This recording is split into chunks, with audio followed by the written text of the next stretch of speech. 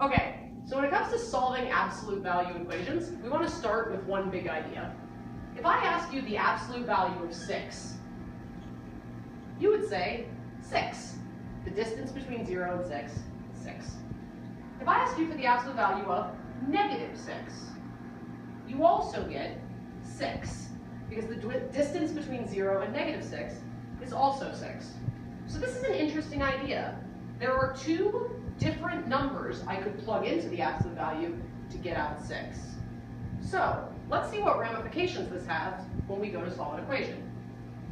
Let's say I ask you to solve the equation, the absolute value of some number x is equal to 9.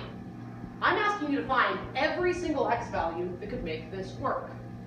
Okay, there's one obvious solution. The obvious solution is that x is equal to 9. If I took the absolute value of 9, I would get 9. There's also, however, a second solution to this equation. If I took the absolute value of negative 9, I'd also get 9. This equation is different from those we usually encounter. There are two different values of x that make it true, so it has not just one, but two solutions. And if we're asked to solve, we list out all solutions that work. X equals 9 works because the absolute value of 9 is 9. X equals negative 9 also works and is also a solution because the absolute value of negative 9 is also 9. Absolute value equations tend to have two solutions because there's two different ways to make the absolute value of something equal any positive number. Let's try a harder example. I'd like us to find all the values of x that make the absolute value of 2x minus 3 plus 1 equal 11. You're welcome to think through an equation like this in your head, but here's a good algorithm that'll make sure you always get the right answer. Start by isolating the absolute value. Just like we like to get a fraction by itself when we solve an equation, we also like to get an absolute value by itself when we solve an equation. So I'm going to subtract 1 from both sides. That tells me I'm looking for an x that makes the absolute value of 2x minus 3 equal to 10. Here's the tricky part.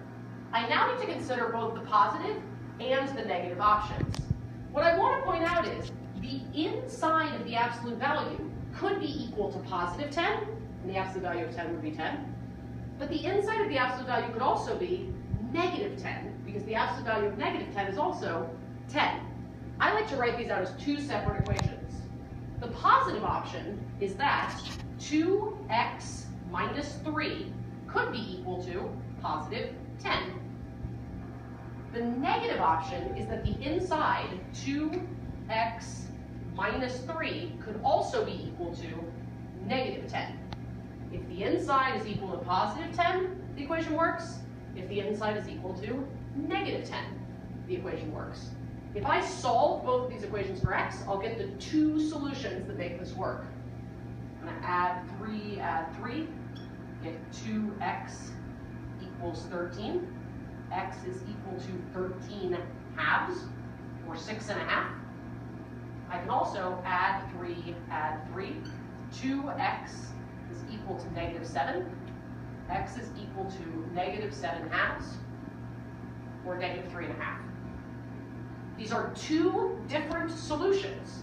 They both work, so we should list both of them. If I plug in 13 halves, this will become the absolute value of positive 10, which makes 10. If I plug in negative 7 halves, this will become the absolute value of negative 10, which is 10. If you start by isolating the absolute value and write an equation to consider the positive option and the negative option, you will find both solutions that make the equation work.